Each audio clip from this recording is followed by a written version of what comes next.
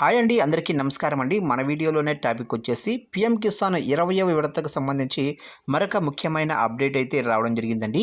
అయితే ఇందుకు సంబంధించిన పూర్తి వివరాలైతే మన వీడియోలో తెలుసుకుందామండి. వీడియో మాత్రం ఎక్కడా స్కిప్ చేయకుండా చూడండి ఫ్రెండ్స్. ఇక లేట్ చేయకుండా వివరాల్లోకి వెళ్ళిపోదాము. ఇక ప్రధానమంత్రి కిసాన్ సమ్మాన్ నిధి పథకం ద్వారా చిన్న సన్నకారు రైతులకు ఆర్థిక సహాయం అందించేందుకు భారత ప్రభుత్వం కృషి చేస్తుంది. ఈ పథకం కింద రైతులకు సంవత్సరానికి 6,000 3 విడతలుగా అంటే ప్రతి 4 నెలలకు 2,000 చొప్పున నేరుగా వారి బ్యాంకు ఖాతాల్లో జమ చేయబడుతుంది. ప్రస్తుతం ఈ పథకం యొక్క 20వ విడత జూన్ 2025లో విడుదల కానుంది.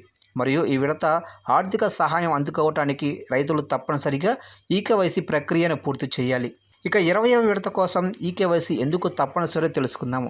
పీఎం కిసాన్ పథకం ద్వారా రైతులు నిజమైన లబ్ధిదారులకు మాత్రమే చేరేలా చేయడానికి ప్రభుత్వం ఈకేవైసీ అంటే ఎలక్ట్రానిక్ నో యువర్ కస్టమర్ ప్రక్రియను తప్పనిసరి చేసింది.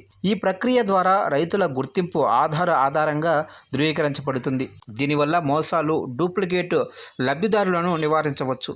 ఈకేవైసీ పూర్తి చేయని రైతుల ఖాతాలకు 20వ విడత నిధులు జమ కావు. కాబట్టి ఈ ప్రక్రియను వీలైనంత త్వరగా పూర్తి చేయడం చాలా ముఖ్యం. ఇక ఈకేవైసీ ప్రక్రియను ఎలా పూర్తి చేయాలో తెలుసుకుందాము. ఇక రైతులు ఈకేవైసీని సులభంగా ఆన్లైన్లో లేదా ఆఫ్లైన్లో పూర్తి చేయవచ్చు.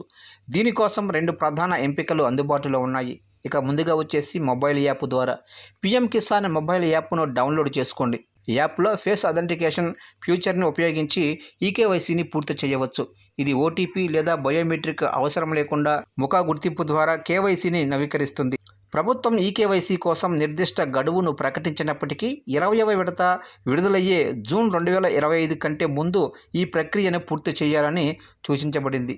ఇక గడువు దాటిన తర్వాత ఈకేవైసీ చేయని రైతులకు నిధులు నిలిచిపోవచ్చు.